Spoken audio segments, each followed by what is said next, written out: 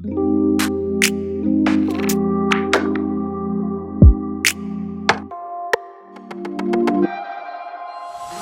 love Naples. I love Collier County. And over the course of my many years here, I've had the incredible experience to understand what makes us the best place in America to live. And let me tell you, it's not just our beaches. Far from it, actually. It's our people, and it's our partnerships. And none of it's happened by accident. I've seen it time and time again. The more people learn about what's happening in our community, the more they come to the realization, this is not happening where I come from. Collier is special. Collier is unique. That's why I'm bringing you Community Matters. Think of this as your Collier County 101. I'm your guide, introducing you to the people and the resources that I think that you should know through short, real conversations so that you feel more empowered and ready to engage in ways that will positively impact your life, your family, your careers, and this beautiful place that we get to call home. Because community matters. Hello, I'm Amanda Pearson, and welcome to Community Matters. Today, I'm so excited to introduce to you Bryce Alexander, CEO and Executive Artistic Director of the Naples Players. Hi, Amanda. Welcome, Bryce. Thrilled to be here. Thanks for having me. I'm so excited. So I want to tell you just a really little bit about Bryce. He won't let me read his entire biography, lucky for all of you. But like I said, CEO, Executive Artistic Director of the Naples Players, one of the county's leading community-based theaters. There's a lot more that I would love for you to learn about Bryce, but you're just going to have to go to his website to learn more and Google whatever. But I do want you to know that Bryce, due to his dedication in the Southwest Florida community, as demonstrated through his work at the Naples Players, he was called Champion of the Arts by Gulf Shore Magazine in 2020, Man of the Year in 2021, and he was also named one of Collier County's top 100 most influential business leaders by the Naples Illustrated magazine in 21 and 22. And 40 Under 40 by Gulf Shore Business in 22. So how about that? There you go. I'm going to have to update the bio. It's a little outdated. Well, there's a little bit more then. Again, go to his website. But I thought it might be interesting to learn a little fun fact about you. So can you tell us what's something that you think that most people listening today would not know about you? Well, there's so much to know about me. How could you ever guess everything? I know. No, I think the thing that's unique about me is I'm expecting a little baby boy, my first ever, in about 3 days. And I have no idea what I'm doing as a father. Fun fact. Fun fact. Good luck to everyone because hopefully he's nothing like me. Oh my gosh, stop. I'm so excited for you. And it's, 3 days. So we're just really glad to have you here today for all of those reasons. Thank you so much. Yeah. I want to start first by one of my favorite topics, which is the economy of the arts and its economic impact. So can you share a little bit more about some of the staggering statistics that I am positive most people don't know about to begin? Yeah, absolutely. I actually just pulled these up this morning because they're always updating. And I think you're exactly right that most people don't understand beyond the cultural value of the arts, the actual economic value of the arts. So this is right from the Bureau of Economic Analysis that says the GDP of arts and culture in the United States is $1 trillion, which is about 4%, a little over 4% of the U.S. economy. It supports more jobs than industries like transportation, more jobs than agriculture. And we're talking about things like museums, film and television, performing arts, those kinds of things.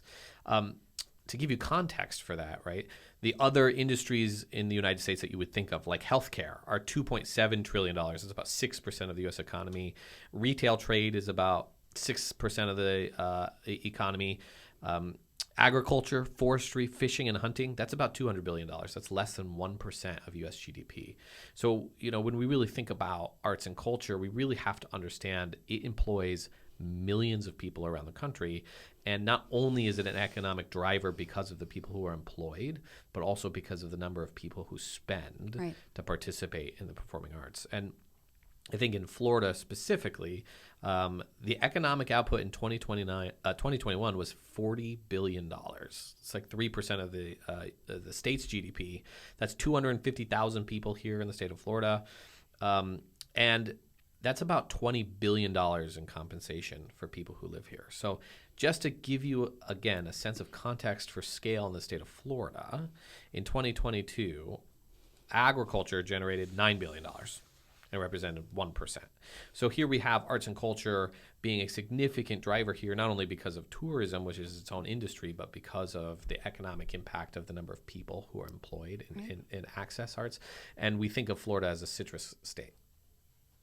It's pretty impressive to think about the ways that arts and culture impact our communities beyond the ways that we expect. I'm absolutely positive that most people listening today would not know that, assume that, and everything that's happening in our community. I mean, this isn't just like a pat on your head, like, oh, what a nice show. I mean, this is serious business. For sure. And nonprofits are businesses. Absolutely. And this is a thing that I'm sure will come to light more and more in our community. But if you don't run a nonprofit like a business, then you are not running a nonprofit. Absolutely.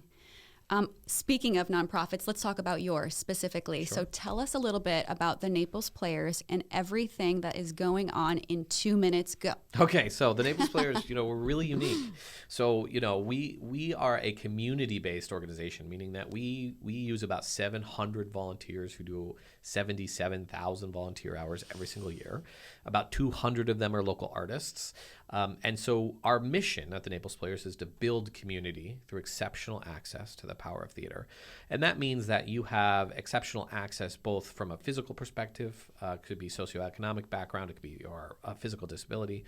It also means participating in the art. So you could participate in musical theater or drama, scene design, backstage, readers theater, writing plays, all of those things you can do at the Naples Players. But what's really unique about what we do is the scale and the quality in which we do it. I don't know of another organization like the Naples Players around the country where you could volunteer for the first time ever to work in the sound department because you like microphones or technology.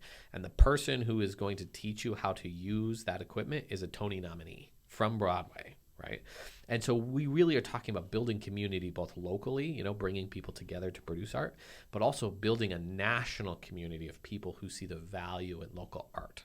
So that's the fundamentals of what we do. We serve 70,000 patrons a year. We have about 5,000 people in our education programs, and we also have an arts access program, which is also incredibly unique around the country, where we take 40 plus nonprofits, about 45 this year, and we use theater to try to improve the community's well-being. So that means working with the sheriff's office, right?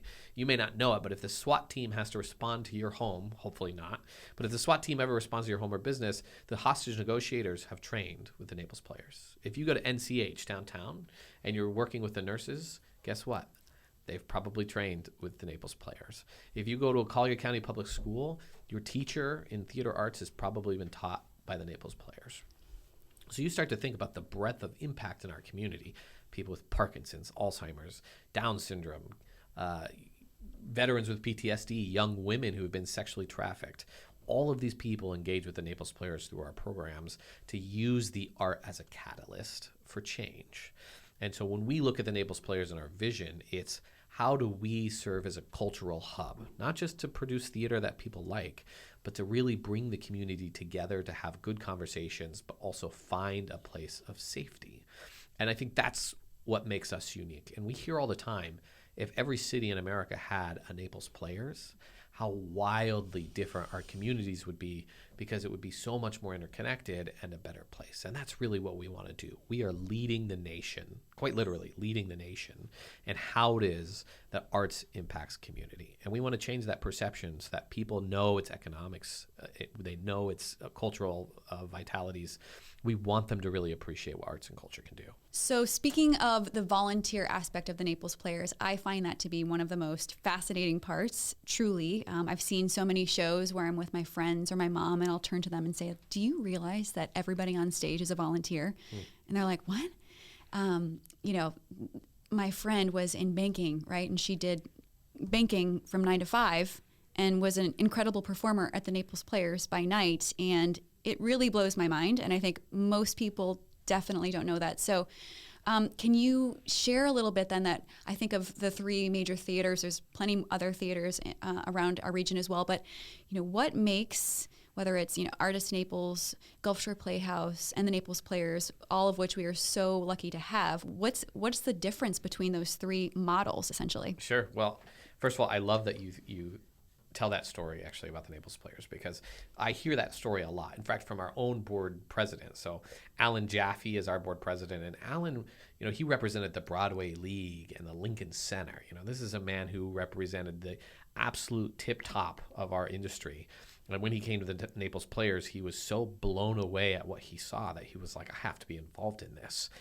So we hear that all the time from so many different walks of life. And we also have to acknowledge that you just named, between the three of us, some significant cultural power. I mean, our county is punching way above its weight in terms of arts and culture. So there are tons of performing arts organizations here, and we're just three of them. But they are a good subset to sort of explain the differences between different kinds of organizations. And the easiest way to think about it is that they all have different missions, right?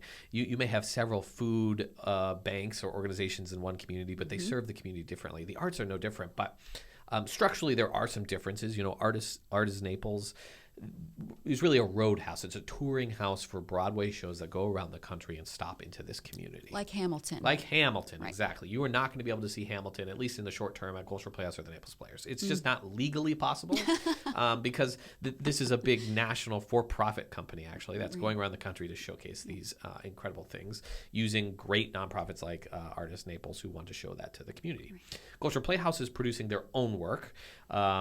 Published plays, new plays, whatever it may be. And they're using actors from all over the country, professional actors who are paid to come down here and produce really good quality work.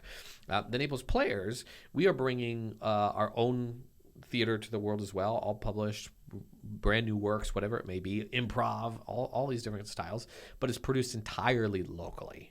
And so you need all sort of subsets of the organization, all three of these organizations to really create a cultural landscape that thrives like it does here in Naples, because we are able to showcase local, national, international talent because of those three organizations alone here in Collier County. And what we know is that arts tourists stay longer and spend more money. So the more that they have opportunity to see me, Cultural Playhouse, Artists Naples, Theater Zone, the Studio Players, whatever it may be, the more opportunity they have to participate in the arts here, the longer they stay, the better it is for all of us and our economy. Well, thank you so much for explaining those differences. I, again, feel most people would not know that. And again, back to the volunteer aspect, on the many tours that I've been on with you, seeing volunteers, carpenters making the stage set, or, seamstresses, working to make all of the costumes, to the people on stage. It's unbelievable. Yeah, well, this is what's so cool about Naples too. You have people whose husbands have passed away who would like to learn how to use a power tool. And so they can come to the Naples Players to learn how to use a power tool, and then they end up learning how to weld, right? And these women, they build community, they build friendships, they build skill sets, and then suddenly they find themselves contributing to something larger than themselves, and they keep coming back. And the same thing happens in the costume shop. Men whose wives have passed away who go, I should know how to put a button on my own pair of pants, right? And then they meet other people, they build community, they do something good for people. And that's truly the power of the arts, absolutely. Thank you. So, all right, fun fact that I really find very fascinating, and again, another thing I feel most will enjoy hearing about is that, all right, Naples, there's a lot of people who have moved here within the last 5 years, 10 years, 15, 20. But at a certain point, so we have a vision of what Fifth Avenue is, which is fantastic. Sure. Fifth Avenue is fantastic. But apparently, before my time and your time, Fifth Avenue was not what it is today. Yeah, there was an adult bookshop. Okay, we put that on there. So my question, though, is so Fifth Avenue was not what it is today, and the Naples Players apparently was a huge catalyst into making it what it is today. Yeah, so absolutely. Can you share a little bit about what happened with the history of all of that? Sure. Well, so the Naples Players, we were founded in 1953 in a living room, right? Henry Crazy. and Mary Watkins, who most people in this community will know of. And so started very small, right? And grew into the middle school, and then a storefront on Davis Boulevard, and then the Kontiki movie theater where Bayfront is today. And while this was all happening, Naples was not known for having a Fifth Avenue, right? It wasn't a thriving shopping district like it is today. It was sort of just the place you had to go to get your conveniences. And so here we are in the 90s, and the rest of the country is having this great economic boom, and Naples is not, which is hard to imagine. And so the city council said, well, we need to do something about this. And what is probably the most ironic twist of all time, they hired a Miami architect to come to Naples and say, well, why is Miami thriving and Naples isn't? And he actually then made suggestions to city council to say, look, nobody comes to Naples. They come to the beach, they go to the beach hotel, they go to the golf courses, but nobody comes to Naples. And so if you want people to come to Naples, there has to be a reason. So he suggested all the architectural codes, not, letting buildings be over certain heights, all those things that you see on Fifth Avenue today. But he also said you need a cultural and civic center to the city of Naples. And so the city launched a search for arts organizations, and the Naples Players was looking for a home. And in what is really a very forward-thinking move, the city actually said, okay, well, let's find a home for a theater downtown. And they actually shut down one block of 7th Street to create Sugden Plaza if the Naples Players would build and operate and run a community theater downtown in Naples. And then the city agrees to build a parking garage next door to serve it. And so the Naples Players became sort of this cultural civic center along with Sugden Plaza there. And at the same time, the Naples Art Institute, or Naples Art, I think as they're called today, they opened just a couple months later than us in Cambria Park. And so suddenly you actually have this cultural walkway that they call it between the Naples Players and Naples Art to sort of energize downtown. And while we can't take full credit for what Naples has become today, we certainly wouldn't deny it, especially knowing the economic impacts that we've talked about, and that 70,000 people are coming to the Naples Players every single year, eating dinner, going shopping, getting ice cream, going to the bars, going to the valets, so that they can drive the sort of economic influence that is downtown. Thank you. That's so fascinating to me. So I'm sure many people will enjoy that story just as much as I have. Yeah, and it's called Community Matters. This was a community effort. I mean, the Naples Players built a building in a town of how many thousands of people, debt-free. That was, the right-of-ways were signed away by the McCabe family and the Wynn families who saw the value downtown. The city council looked forward and said, this is about economic development and improving the community. And here we are. The Naples Players has just finished a $22 million renovation of that facility, and city council has extended our use of that property another 50 years. So I wanted to actually get into the renovations that you've done, but first, I very briefly, sometimes I'll describe Naples Players and they go, oh, Sugden Theater. Yeah. What do you say to that? I say that's the bane of my existence. And I love all of the people who came before me. The Sugden Theater is the name of the Sugdens, who wrote the first really big check to build the theater. And so the Naples Players owns Sugden Theater. And so on the front of the building, you have the Naples Players Sugden Community Theater. And so people go, Sugden, even though it's always been the Naples Players. So they are one entity. They are one and the same. It was a branding mistake that will haunt me for the rest of my life. Well, I'm glad we cleared it up today. Yes, me too. So renovations, briefly, I just had a meeting with you the other day, jaw-dropping, gorgeous, stunning. What can people, if they haven't been there in the last year, what can they look forward to seeing now? Okay, so this is unbelievable. This is a national model now for how to build theaters. First of all, it's the only LEED certified, this is LEED Energy certification theater in the state of Florida. It is the only theater in the United States that has a sensory booth for any family impacted by autism or sensory processing disorders to come and watch as a family any show in the theater with their own control over lighting and sound and temperature. They have their own entry on the north side of the building. They have private bathrooms. It's really a lovely luxury experience. But to allow access to the building. So we have 3 theaters actually in the building. We have a 452-seat Broadway-style proscenium theater.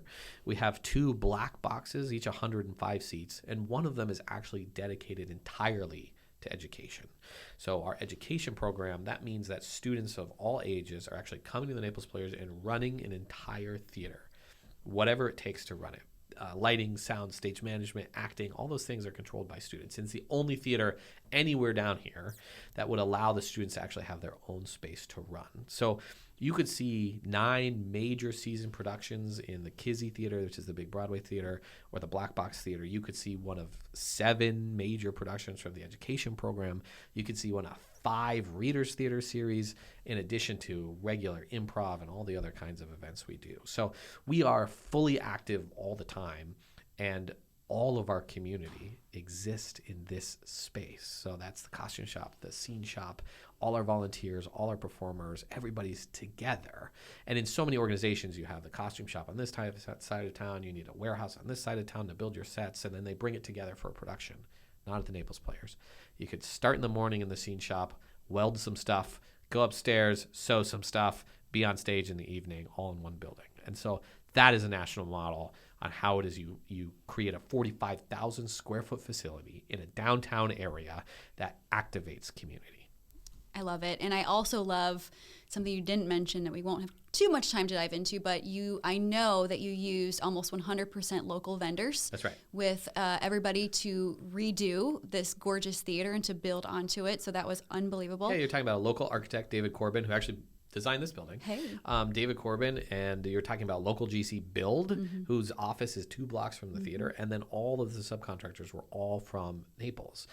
So everything we could do to spend all of $22 million in Naples was the goal, again, as a community organization. And native plants. Native plants.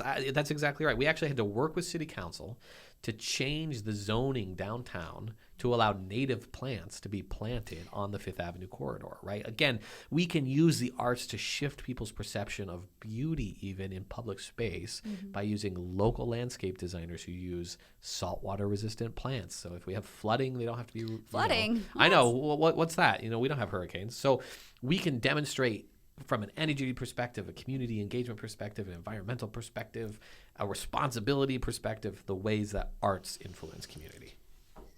I love it. I could talk to you for an hour or many hours, but our intention is to keep this podcast very short for our listeners. So we're going to end with talking about partnerships and impact, and maybe if there's something else that you feel that most people don't know that you wish they knew. But let's start with partnerships and impact. Yeah, I mentioned before we have 45 nonprofit partners.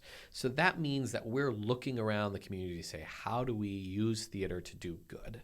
So think about the hospital, for example.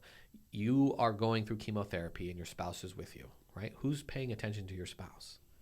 Yeah, the Naples Players, right? And we can actually work with the hospital then to say, okay, how do we help the nurses communicate better to the patients? How do we help the patients communicate to their spouses? How do we help the spouses communicate their needs to their spouses and the nurses, and really improve the quality of care at the hospital?